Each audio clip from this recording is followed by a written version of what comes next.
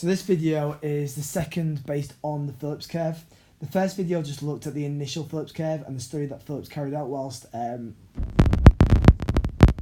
So what he did, his study was based on levels of unemployment and the inflation rate to see if there was a relationship between the two.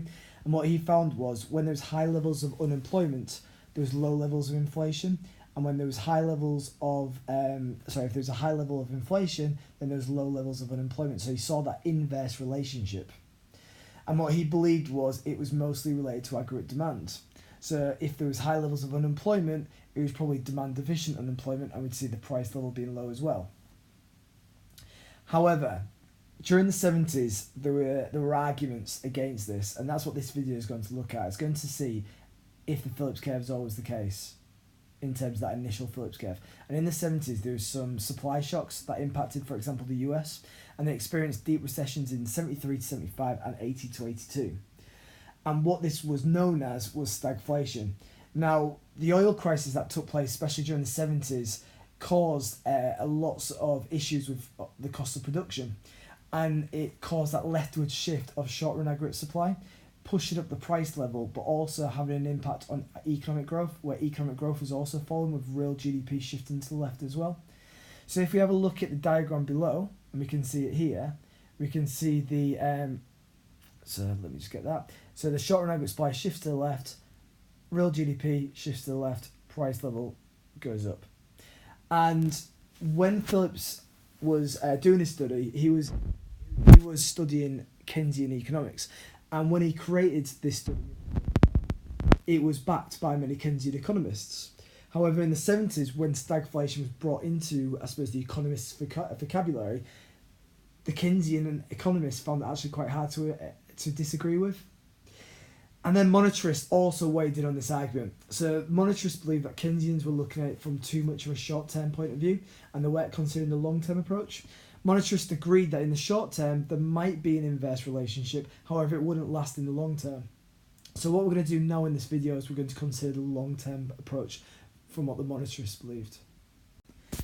So economists like Friedman believed that if you were going to look at the Phillips curve, you had to look at it in terms of short-term and long-term, and you had to think about the expectations within the economy and how, I suppose, employees would react to changes in employment.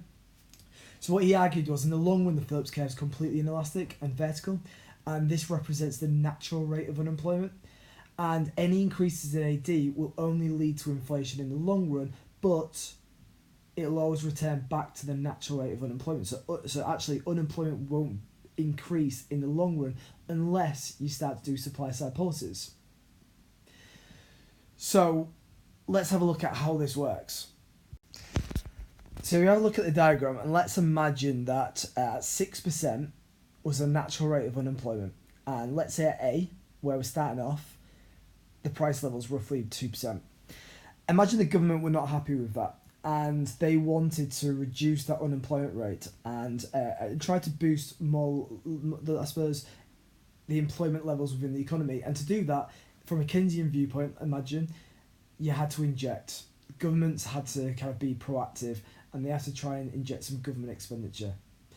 So imagine the government inject government expenditure, and that starts to increase AD, and national income starts to rise. Now, in the short term, yet monetarists agreed that that would cause a boost to the employment level. And what we'd start to see is that movement of the short-run Phillips curve from A to B, as the initial Phillips curve suggested. However, what Friedman said was, when we start to get to B, that we have to consider the expectations, or even how labour will react to what's happening in the economy. And imagine if the Labour kind of knew what was going on in the economy, and they had an idea that the supply of labour was starting to be, I suppose, starting to reduce because of the demand for labour.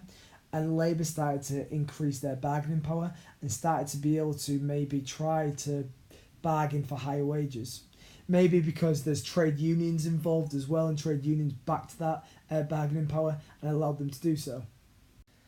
So at this point here in terms of B, if the labour force have this idea that because inflation's taking place, and because of the labour force, the unemployment rate falling, they're in a better position to start to demand higher wages. And they have that illusion that they'll be better off if they do demand it. Then it starts to cause problems in the long run. And what they believe was, if that happens, it starts to put pressure on firms, and it starts to pressure their cost of production and their, I suppose, supply as well within that. And what they found was, if that was to take place, firms would be reluctant to give all workers that same wage increase that's being demanded, and therefore what they may have to do is actually carry out redundancies and cut staff. And in doing so, what that will do is it would just simply bring it back to the natural rate of unemployment. So what we'd see is we'd go from B to C.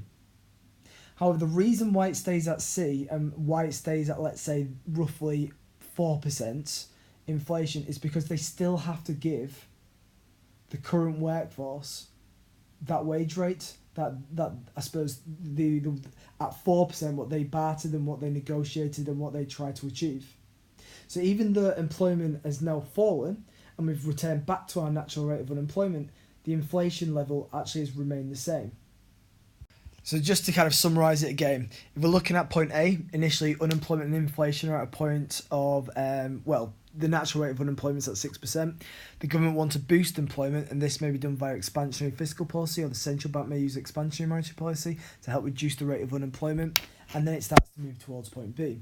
As the demand for labour increases and the unemployment goes from 6% to 4%, the natural rate of labour in the short term, only the short term, has fallen.